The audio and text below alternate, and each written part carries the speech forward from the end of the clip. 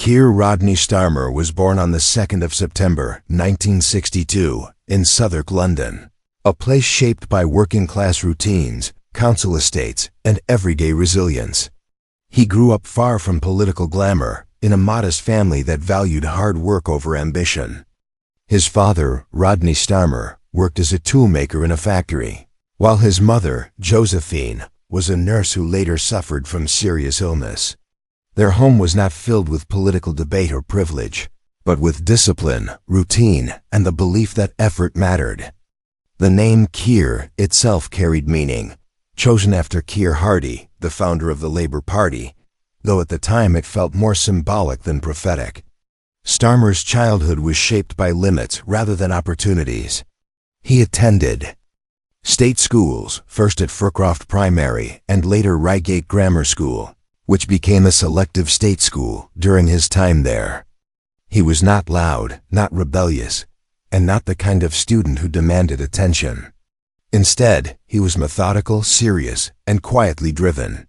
Music was one of his early passions, and he learned to play the violin, an unusual choice that hinted at his patient and disciplined nature. While others imagined quick success, Starmer learned early that progress came slowly, step by step.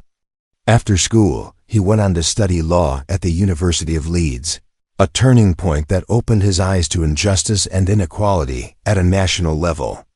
Law was not just a career path for him, it became a tool, a way to challenge power rather than chase it. He later continued his studies at St. Edmund Hall, Oxford, where he completed postgraduate legal training. Oxford did not turn him into an elite figure. Instead, it sharpened his focus on fairness, accountability, and the responsibility of institutions to serve ordinary people. Starmer's early legal career was demanding and far from glamorous. He became a barrister specializing in human rights, often taking on cases that exposed abuse of power, police misconduct, and failures of the state. These were not cases that brought fame, but they built his reputation quietly. He worked long hours, faced setbacks, and earned respect through preparation rather than performance.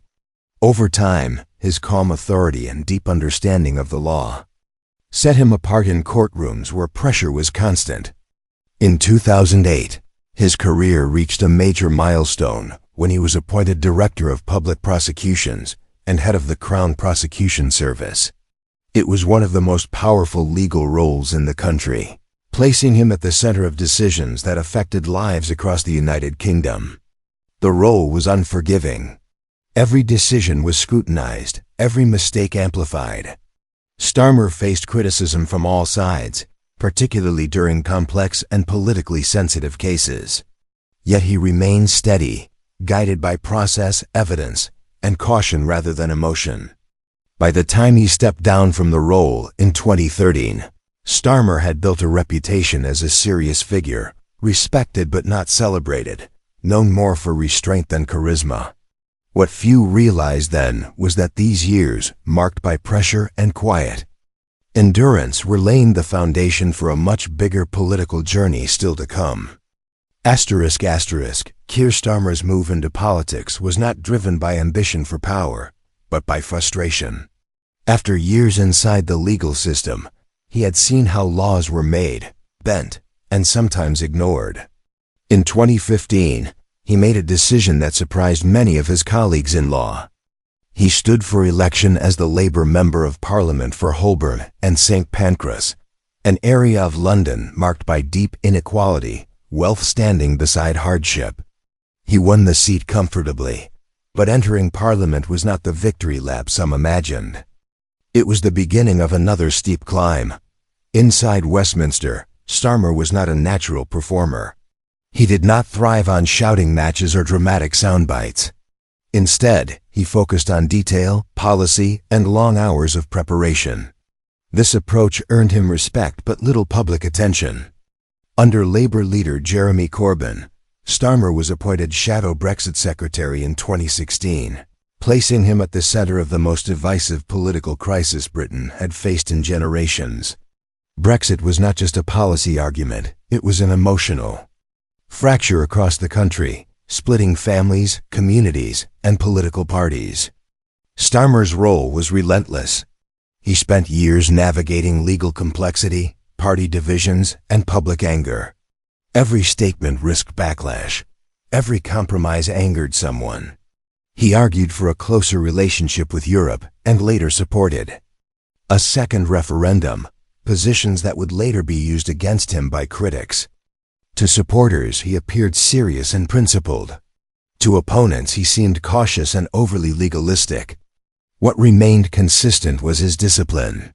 While others chased headlines, Starmer stayed focused on process and long-term consequences. The 2019 general election was a devastating moment for Labour. The party suffered one of its worst defeats in modern history, losing long-held seats and the trust of many working-class voters. The loss exposed deep fractures inside Labour and left it directionless. Jeremy Corbyn resigned, and suddenly, Keir Starmer found himself at the center of conversations about the party's future.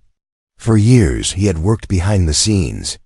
Now he was being asked to step forward. In early 2020, Starmer stood for the Labour leadership. His message was built around unity, competence, and trust. He promised to rebuild the party's credibility with voters who had turned away. He won the leadership election convincingly, becoming leader of the opposition in April 2020, just as the country was entering the chaos of the COVID-19 pandemic. The timing could not have been harsher. Leading the opposition during a national emergency brought constant pressure. Starmer faced the challenge of holding the government to account without appearing opportunistic during a crisis. His calm, forensic style contrasted sharply with the drama that had dominated politics in previous years. Some criticized him for being too cautious. Others saw stability returning to Labour after years of turbulence. As leader, Starmer worked to reshape Labour's image, distancing the party from internal conflict and refocusing on economic credibility, public services, and national security. This process was slow and often painful. Internal battles, public criticism, and media scrutiny followed him at every step. Yet he persisted, believing that rebuilding trust required patience, not noise. By the early 2020s, Starmer had transformed from a quiet legal mind into a central figure in British politics. Still, the hardest test lay ahead. Winning power would require not just competence, but emotional connection with a country exhausted by crisis, division, and doubt. By the mid-2020s, Keir Starmer had established himself as a steady, deliberate force in British politics, but the journey to influence had never been straightforward. The years in Parliament had honed his understanding of both policy and people. He had learned that leadership was not about showmanship or charisma alone. It was about consistency, reliability, and the quiet work of earning trust day by day. His approach, often described as meticulous and cautious, had its critics, but it also built credibility in an era when voters craved competence over spectacle.